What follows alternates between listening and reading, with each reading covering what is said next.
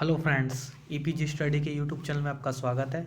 आज हम अकाउंट की सेकंड बुक कंपनी अकाउंट्स और इश्यू ऑफ शेयर्स के बारे में जानेंगे। तो इसके अंदर हम देखेंगे कि कंपनी का अर्थ क्या होता है, कंपनियों के प्रकार, कंपनी किस टाइप की होती है, अंश किस प्रकार से निर्गमित किए जाते हैं, अंशों के प्रकार, प्रकृति, उनके बारे में जानेंगे।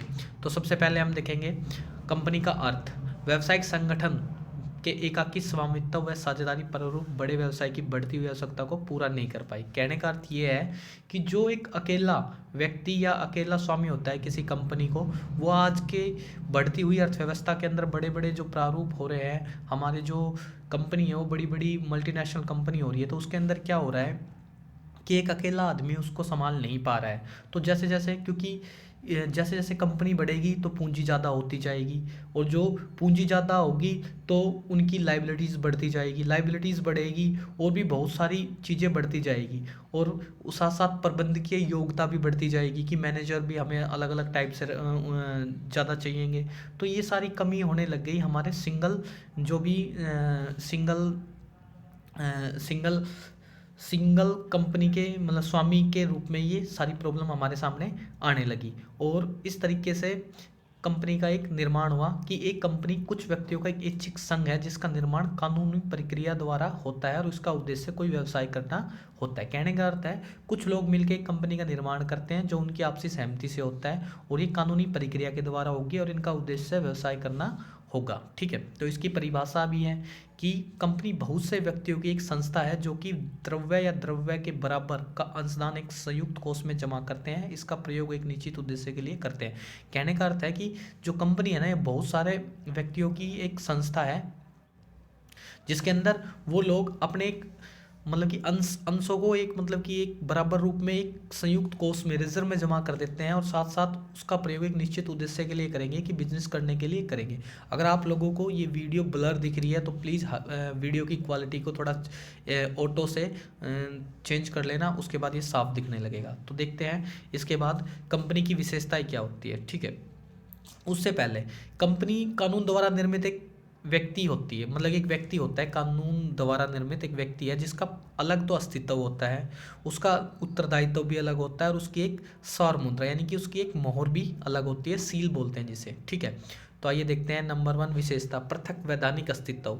तो कंपनी एक कानूनी व्यक्ति है, इसका अस्तित्व अलग है, इसके अस्तित्व इसके सदस्यों से अलग होता है। ठीक है, क्योंकि कंपनी अपने नाम से संपत्तियों का क्रय विक्रय करती है, ना कि सदस्यों के नाम से। कंपनी अपने नाम से बैंक अकाउंट खोल सकती है, ना कि सदस्यों के नाम से। वह अपने अकॉर्डिंग ही, अपने नाम के अकॉर्डिंग ही एक अनुबंध या कॉन्ट्रैक्ट कर सकती है। दूसरा, इसका अस्तित्व अलग होता है। ठीक है, कंपनी का कोई भी ऋणदाता अपने ऋण को वसूल करने के लिए केवल कंपनी पर ही वाद प्रस्तुत कर सकता है। कहने का मतलब है अगर कोई कंपनी किसी का रुपए है, तो अगर उससे कंपनी से रुपए वसूल लें तो कंपनी पे वाद प्रस्तुत करेगा, ना कि उसके जो सदस्य हैं उनके द्वारा। ठीक है, इसके बाद है उसका स्थायी जीवन। कंपनी का जीवन काल उसके सदस्यों के अवकाश ग्रहण, मृत्यु, पागलपन, दिवाली आदि पर कोई प्रभाव नहीं पड़ेगा। अंशधारी आते रहते हैं, जाते रहते हैं, परंतु कंपनी हमेशा चलती रहती है जब तक कि कंपनी अधिनियम का इसका समापन न कर दिया, यानी कि कंपनी के अधिनियम के द्वारा अगर इसका समापन न कर दिया जाए तब तक कंपनी का जीवन चलता रहेगा। दूसरा, सौर मुद्रा। कंपनी की एक सौर मुद्रा भी होती है। ठीक है, मतलब जिसे हम सील बोलते हैं, जो उसके डॉक्यूमेंट्स के ऊपर लगी होती है। सीमित दायित्व। कंपनी के अंशधारियों का दायित्व उसके अंशों के अदत्त मूल्य तक ही सीमित होता है। कहने का अर्थ है जो अंशधारी है, कंपनी के अंशदाता है, उनका दायित्व जो उनके पास कंपनी के अंशों के मूल्य है, मतलब कि जितना ज़्यादा, मान लो 100 रुपये का किसी के पास अंश है, तो उसका दायित्व 100 रुपये तक का ही है। ठीक है, और दूसरा, और अगर हम कंपनी से 100 रुपये मतलब कोई अंशदाता कंपनी को 100 रुपये चुकाता है, तो वो उसको अलग अलग टुकड़ों में चुका सकता है, यानी कि 20 रुपये कभी, 50 रुपये कभी। कंपनी उस 100 रुपये से ज़्यादा उसको दायित्व को नहीं मांग सकती है। ठीक है, दूसरे बात है अंशों की हस्तांतरण, यानी कि ट्रांसफरेबिलिटी ऑफ शेयर। कंपनी की पूंजी हिस्सों में विभाजित होती है, प्रत्येक हिस्से को अंश कहते हैं, कुछ शर्तों के अंतर्गत स्वतंत्र रूप से ये ट्रांसफरेबल होते हैं। इसके बाद है प्रबंध का स्वामित्व से अलग होना, यानी कि अंशधारी कंपनी के वास्तविक स्वामी होते हैं, परंतु इनकी संख्या प्राय बहुत होने के कारण न तो यह संभव है और न ही उचित है कि सभी अंशधारी कंपनी के प्रतिदिन प्रबंध में भाग ले सके, अतः कंपनी का प्रबंध अंशधारियों द्वारा चुने गए संचालक मंडल द्वारा किया जाता है। कहने का अर्थ है कि कंपनी के ना अंशधारी बहुत सारे होते हैं, उनके साथ एक साथ बैठक नहीं की जा सकती है, वो ये सारे एक साथ काम नहीं कर सकते हैं। तो इसीलिए जो कंपनी का प्रबंध है वो अंशधारियों द्वारा चुने गए, यानी कि जो उनकी मीटिंग होती है उसके अंदर एक मैनेजर चुने जाते हैं या संचालक मंडल चुने जाते हैं, उनके द्वारा ही कंपनी को चलाया जाता है। ठीक है, इसके बाद हम बात करेंगे कंपनी के प्रकार कि भाई कंपनी किस प्रकार की कंपनी है, किस टाइप से काम करती है। तो कंपनी अधिनियम 2013 के अंतर्गत रजिस्टर्ड कंपनियों की निम्नलिखित वर्गीकृत किया गया है। सबसे पहले है असीमित कंपनी, दूसरी है गारंटेड सीमित कंपनी, तीसरी है अंशों द्वारा सीमित कंपनी।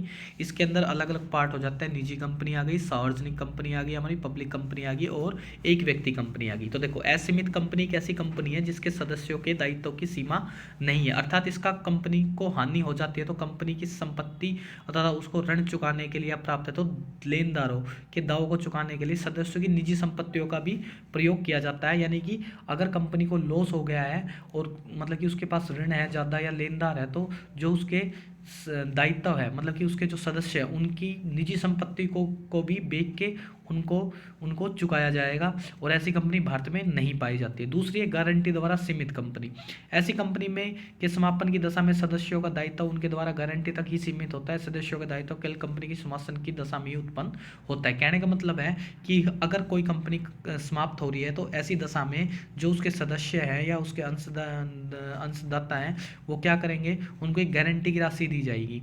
ठीक है, और ऐसे सदस्यों की समापन की दशा में ही वो कर सकते हैं, उससे पहले वो कुछ नहीं मांग सकते। अब है अंश द्वारा सीमित कंपनी ऐसी कंपनी को सदस्य का दायित्व उनके पास जो अंश है उनके अंशों के अंकित मूल्य तक ही सीमित रहता है। यदि किसी सदस्य ने अपने अंशों की पूर्ण राशि चुका दी है तो उसे कोई और राशि मंगाई नहीं जा सकती। कहने का अर्थ है कि अंश द्वारा सीमित कंपनी वह कंपनी जिसमें अंशदाताओं को जितने रुपए के शेयर दे रखे हैं अगर उसने वो मूल्य चुका दिया है तो उसके अलावा उससे और रुपए नहीं मंगाए जा सकते। यदि किसी सदस्य के पास आंशिक चुकता अंश है तो कंपनी उसे जीवन काल में समापन में अंशों को शेष राशि मंगाई जा सकती है। यानी कि अगर किसी के पास 100 रुपए का शेयर है और उसने 60 रुपए चुका रखे हैं, 40 रुपए बच रहे हैं, तो अपने जीवन काल में कभी भी उससे बाकी के पैसे मंगा सकती है। ऐसी कंपनी को पुनः निजी, सार्वजनिक या एक व्यक्ति में विभाजित किया जा सकता है। तो अब देखेंगे निजी कंपनी।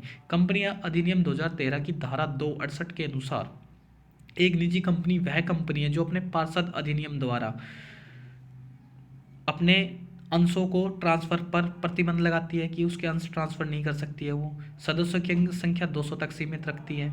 जनता को कंपनी की प्रतिभूति तथा अंश व ऋण पत्रों को क्रय करने के लिए निमंत्रण देने पर प्रतिबंध लगाती है। यानी कि जनता को ये ना तो अंश निर्गमित करेंगे, ना ऋण पत्र करेंगे, ना प्रतिभूति करेंगे, ये सारी चीज़ें हमारी इन पे लगाएगी। इसके बाद है प्रत्येक निजी कंपनी के नाम में प्राइवेट लिमिटेड लिखना अनिवार्य है। दूसरी है हमारी पब्लिक कंपनी। कंपनी अधिनियम 2013 की धारा 271 के अनुसार एक सार्वजनिक कंपनी एक पब्लिक कंपनी से ऐसे कंपनी से है जो निजी नहीं है, यानी कि प्राइवेट कंपनी नहीं है। ठीक है, तो अब देखेंगे कि इसमें सदस्यों की न्यूनतम संख्या 7 और अधिकतम संख्या पर कोई प्रतिबंध नहीं है। यह जनता से अंश खरीदने के लिए निमंत्रण दे सकती है। इसके अंशों को ट्रांसफर पर कोई प्रतिबंध नहीं है। अधिनियम बनाना अनिवार्य नहीं है। यदि अंतर नियम रजिस्टर न कराए जाए तो कंपनी अधिनियम 2013 की अनुसूची में प्रावधान दिया हुआ है। इसमें कम से कम 3 संचालक आवश्यक होने चाहिए। इसके नाम के अंत में केवल लिमिटेड शब्द का प्रयोग होना चाहिए। तो ये हमारी पब्लिक कंपनी होगी। अब हम बात करते हैं एक व्यक्ति कंपनी, यानी कि कंपनी अधिनियम ओपीसी, जिसे ओपीसी बोलते हैं। कंपनी अधिनियम 2013 के अंतर्गत पब्लिक और प्राइवेट लिमिटेड के अतिरिक्त एक व्यक्ति कंपनी ओपीसी का निर्माण भी किया जा सकता है। ओपीसी का अर्थ है प्राइवेट कंपनी लिमिटेड, केवल एक व्यक्ति ही सदस्य होगा। धारा 262 ओपीसी के कुछ नियम भी लागू होने चाहिए। सदस्य, इसके सदस्य केवल एक प्राकृतिक व्यक्ति है जो भारत का निवासी है या नागरिक है, ठीक है, वह उसका सदस्य हो सकता है। एक व्यक्ति केवल एक ही ओपीसी बना सकता है। इसकी चुकता पूंजी 50 लाख से अधिक नहीं होनी चाहिए और 3 वर्षों की वार्षिक औसत बिक्री 2 करोड़ से अधिक नहीं होनी चाहिए। ठीक है, इसका उद्देश्य है कि ओपीसी का निर्माण दान कार्यों के लिए नहीं किया जा सकता है। अन्य शब्दों में निर्माण केवल व्यावसायिक कार्यों के लिए ही किया जाएगा। ठीक है, तो ये सारी चीज़ें हमारी ओपीसी कंपनी हमें बताती है। इसके बाद हम बात करते हैं अंशों की, कि अंश क्या होते हैं, इसकी प्रकृति क्या है, कितने प्रकार के होते हैं, ठीक है, अंश पूंजी क्या है। तो आइए इनको जानते हैं। देखो, प्रत्येक कंपनी अपने छोटे छोटे हिस्सों में विभाजित होती है। प्रत्येक हिस्से को अंश कहा जाता है। उदाहरण के लिए यदि किसी कंपनी में 10 लाख रुपए की पूंजी है तो ये 10-10 हज़ार के और एक शेयर अगर 10 रुपए का है तो 1 लाख रुपए में विभाजित है, यानी कि 1 लाख अंशों में विभाजित है ये। तो यहाँ अंशों की संख्या 1 लाख होगी, ठीक है। और तो इन पे नंबर डले होने चाहिए ताकि पहचान किए जा सके कि कौन सा अंश कौन से नंबर का है, ठीक है। इसकी प्रकृति देखेंगे अब। कंपनी के अंश चल संपत्ति यानी कि मूवेबल प्रॉपर्टी है, जिन्हें कंपनी की विधि द्वारा ट्रांसफर किया जा सकता है। वस्तु विक्रय की अधिनियम 2030 के अनुसार अंशों को माल माना जाता है, क्रय विक्रय किया जा सकता है, इन्हें गिरवी रख किया जा सकता है, इनकी वसीयत भी की जा सकती है। ये सारी चीज़ें हम अंशों की प्रकृति होती है। अब देखेंगे अंशों के प्रकार। तो कंपनी अधिनियम 2013 की 43 धारा के अनुसार केवल 2 प्रकार के अंश हैं, एक तो पूर्वाधिकार अंश, दूसरा समता अंश, ठीक है। तो अब जानेंगे पूर्वाधिकार अंश। पूर्वाधिकार अंश उन्हें कहते हैं जिन्हें निम्नलिखित 2 अधिकार प्राप्त हो। इन्हें एक निश्चित दर से लाभांश प्राप्त करने का अधिकार होता है। ये लाभांश समता अंशधारियों से पहले मिलेगा, ठीक है। नंबर दूसरा, कंपनी की समाप्ति पर समता अंशधारियों को पहले पूंजी वापस करने का अधिकार होता है, ठीक है। तो उपरोक्त के अतिरिक्त अधिकारियों के कुछ और प्रकार के भी अधिकार हो सकते हैं, जिसे समता अंशधारियों को एक निश्चित दर से लाभांश चुकाने व आधिक्य में पाने का अथा शोधन के समय प्रीमियम पाने का अधिकार भी होता है। तो आइए इनके प्रकार और देखते हैं। संचयी पूर्वाधिकार अंश। देखो, संचयी पूर्वाधिकार ऐसे पूर्वाधिकार अंश होते हैं जिनको धारा समता अंशों पर कोई भी लाभांश दिए जाने से पूर्व समस्त बकाया लाभांश पाने का अधिकार होता है। इसका अर्थ है यदि किसी कंपनी के लाभ अपर्याप्त हैं होने के कारण वह इन अंशों पर लाभांश नहीं दे पाती है, तो लाभांश तब तक संचित होता रहेगा जब तक कि इनका पूर्ण रूप से भुगतान न कर दिया जाए। कहने का अर्थ है इनको सबसे पहले रुपए वापस होंगे, और अगर रुपए मतलब कि इनके लाभ पर्याप्त नहीं है तो उनको पहले संचित किया जाएगा, उनको इकट्ठा किया जाएगा और फिर उनको इनकी पेमेंट की जाएगी, उसके बाद ही कुछ काम आगे होगा, ठीक है। इसके बाद है गैर संचयी। इन अंशों के धारकों को प्रतिवर्ष के लाभ में से एक निश्चित लाभांश प्राप्त करने का अधिकार होता है। यदि किसी वर्ष में किसी भी कारण कोई लाभांश घोषित नहीं किया जाता है तो इन अंशधारियों को कुछ भी प्राप्त नहीं होगा और न ही वह वर्ष के चुकाए गए लाभांश में आगामी वर्ष में प्राप्त कर सकते हैं। कहने का अर्थ है कि इनको प्रतिवर्ष लाभ में से एक निश्चित लाभ प्राप्त होने का अधिकार है। अगर किसी वर्ष कोई लाभ घोषित नहीं किया जाता है तो इनको कुछ भी प्राप्त नहीं होगा और ना ये नेक्स्ट ईयर उसको ले सकते हैं। दूसरे, भागयुक्त पूर्वाधिकार अंश। इन अंशों को स्थिर लाभांश के साथ साथ समता अंशधारियों को एक पूर्व निर्धारित दर से लाभ देने के पश्चात बचे हुए आधिक्य में से भाग लेने का अधिकार होता है। कहने का अर्थ है कि पहले हम प्रीफरेंस शेयर व पूर्वाधिकार वालों को ट्रांसफर कर देंगे उनकी पेमेंट, उसके बाद जो हमारे इक्विटी शेयर है जो कंपनी के असली मालिक होते हैं उनको ट्रांसफर कर देंगे। उसके बाद भी अगर कुछ पैसे बचते हैं या कुछ लाभ बचता है तो उसमें से भी ये वहाँ पे इकट्ठा कर सकते हैं या लाभांश ले सकते हैं।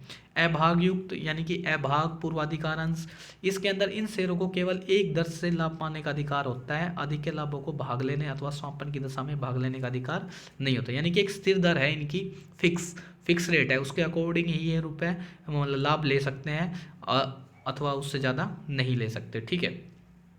इसके बाद है शोधनीय पूर्वाधिकार अंश। ये ऐसे अंश होते हैं जिनकी राशि कंपनी के जीवन काल में निर्गमित शर्तों के अंतर्गत वापस कर दी जाती है। यानी कि जो कंपनी की लाइफ होती है उससे पहले उसके अंदर ही इनकी पेमेंट वापस कर दी जाती है, ठीक है। अशोधनीय, इन अंशों की राशि की कंपनी के समापन से पूर्व वापस नहीं की जाती है। धारा 55 के अनुसार कोई भी अंश द्वारा सीमित कंपनी ऐसे पूर्वाधिकार निर्गमन नहीं की जा सकती जो अशोधनीय है। यानी कि इनकी राशि जब तक कंपनी समापन नहीं करेगी तब तक इनको वापस नहीं किया जाएगा, ठीक है जी।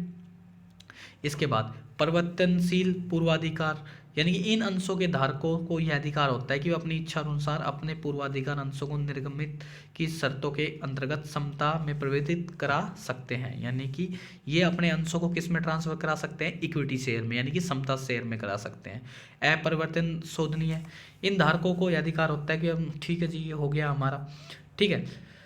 अब बात करेंगे अपरिवर्तनीय। जब परिवर्तन अंशों के धारकों को अपने अंशों को समता अंश में परिवर्तित करने का अधिकार नहीं दिया जाता तो ऐसे अंशों को अपरिवर्तन, यानी कि अगर कोई हमारे पास अंश है और उनको हम ट्रांसफर मतलब अपरिवर्तित नहीं कन्वर्ट नहीं करवा सकते, किसी में भी नहीं करवा सकते हैं, तो यह अपरिवर्तनीय पूर्वाधिकार अंश कहलाता है।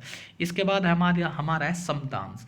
समतांश उन अंशों को कहते हैं जिन पर लाभांश का भुगतान तभी किया जाता है जब प्रेफरेंस शेयर या पूर्वाधिकार अंशों को निश्चित दर से, जो निर्धारित दर है, उसे लाभांश देने के बाद कुछ बच जाए। दूसरे शब्दों में लाभांश का कोई भी निर्धारित दर नहीं होती, न ही अगर किसी वर्ष लाभ नहीं होंगे तो इनको नहीं दिया जाएगा, और अगर कुछ लाभ होगा तो इनको दिया जाएगा। यदि कंपनी अधिक लाभ अर्जित करती है तो उचित दर से लाभांश प्राप्त होगा, और नहीं करती है तो इन्हें लॉस भी होगा। ठीक है। जहाँ तक पूंजी पाने का संबंध है, इन्हें केवल तभी पूंजी वापस मिलती है जब पूंजी पूर्वाधिकार अंश पूर्ण रूप से वापस कर दी जाए। समस्त अधिकारियों को कंपनी की सभा में वोट डालने का अधिकार होता है। ये कंपनी का नियंत्रण अपने हाथों में रखते हैं। ठीक है जी। इसके बाद हमारी बात आएगी अंश पूंजी की, कि अंश पूंजी क्या होती है। तो ये अंश पूंजी से कंपनी के निर्गमन के प्राप्त पूंजी है। बहुत से व्यक्ति संस्थाएं कंपनी की अलग अलग राशि का योगदान देती है, परंतु इनमें से प्रत्येक व्यक्ति संस्था के लिए अलग पूंजी खाता नहीं बनाया जाता है, केवल पूंजी खाता ही बनाया जाता है, जिन्हें पूंजी खाता कहते हैं। ठीक है। तो अब देखेंगे इनके प्रकार। तो देखेंगे सबसे पहले अधिकृत पूंजी, अंकित पूंजी, यानी कि अथोराइज, रजिस्टर और नॉमिनल कैपिटल। अधिकृत पूंजी से उच्च पूंजी से जो पार्षद सीमा नियम में लिखी होती है, यानी कि जो कंपनी का पार्षद सीमा नियम होता है उसके अंदर जो पूंजी लिखी गई होती है उन्हें अथोराइज कैपिटल कहते हैं। कंपनी की अधिकतम पूंजी होती है, यानी कि ये अधिकतम पूंजी होती है। इससे अधिक के अंश कभी कंपनी अपने जीवन काल में निर्गमित नहीं कर सकती, यानी कि ये हाईएस्ट पूंजी है। इससे ज़्यादा कंपनी कभी भी अपने जीवन काल में अंश निर्गमित नहीं करेगी। दूसरी निर्गमित इशू कैपिटल, यानी कि अधिकृत पूंजी का वह भाग जो वास्तव में जनता को जारी किया जाता है, निर्गमित पूंजी कहलाता है। जो भाग जारी नहीं किया जाता उसे अनिर्गमित पूंजी कहते हैं, जो बाद में निर्गमित किया जा सकता है। ठीक है। उसके बाद है प्रार्थी पूंजी। प्रार्थी पूंजी निर्गमन पूंजी का वह भाग है जिसके लिए वास्तव में जनता से प्रार्थना पत्र प्राप्त हुए हैं। यानी मान लीजिए जनता से 100 रुपये वाले 1300 अंश प्रस्तावित किए गए, तो जनता ने केवल 1200 अंशों के लिए प्रार्थना पत्र भेज दिया है, तो प्रार्थी की पूंजी 12 लाख रुपए की। कहने का अर्थ है अगर हमारे पास 13,000 शेयर हमने ऑफर रखे हैं, लेकिन जनता ने हमारे पास ओनली 12,000 शेयरों के लिए ही एप्लीकेशन दी है, तो ये हमारी प्रार्थी पूंजी कहलाएगी। ठीक है। इसके बाद है, इसके भी दो पार्ट है। एक तो है हमारी प्रार्थी एवं पूर्ण चुकता, एक प्रार्थी पूर्ण चुकता नहीं। अगर मतलब कि प्रार्थी पूर्ण चुकता है जब कंपनी किसी शेयर को अंकित मूल्य मांग लिया जाता है तो अंश द्वारा चुकता भी कर दिया जाता है, तो इसे फुल्ली पेड अप या पूर्ण चुकता कहते हैं। और दूसरा, जब राशि मांगी गई है और इसे चुकाई नहीं गई है तो ये हमारी पूर्ण चुकता नहीं है, जब कंपनी ने अंशों का पूर्ण अंकित मूल्य नहीं मांगा है। ठीक है जी। इसके बाद है हमारी याचिक पूंजी और चुकता पूंजी। ठीक है। तो याचिक पूंजी से आशय है प्रार्थी के उस भाग से है जो संचालकों द्वारा अंशधारियों से मांगा जाता है। उदाहरण के लिए यदि 100 रुपये वाले 12,000 अंश थे तो 60 संचालक से 60 रुपये प्रति अंश मांगते हैं, तो याचिका पूंजी कितनी होगी?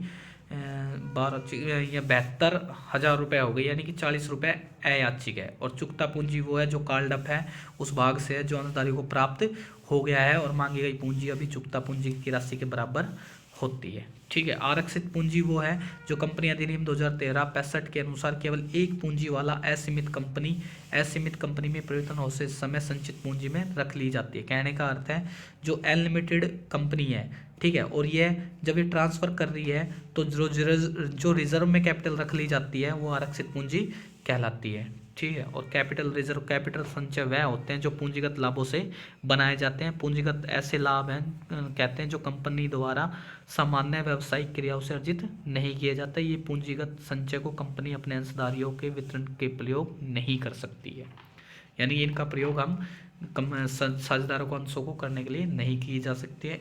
ठीक है। जैसे मान लो स्थायी संपत्ति को बेचने पर जो लाभ होगा पूंजीगत लाभ कहलाएगा। अस्थायी संपत्ति के पुनर्मूल्यांकन पर लाभ होगा वो, अंशधारी निर्गमन करने पर जो प्रीमियम आएगा वो, ऋण पत्रों के शोधन पर लाभ आएगा वो, कंपनी द्वारा अर्जित किया गया समावेलन का पूर्व का लाभ, अंशों के अपहरण व पुनर्निर्गमन का लाभ। तो ये सारा चीज हमारा सरप्लस और रिजर्व में दिखाया जाएगा। धन्यवाद।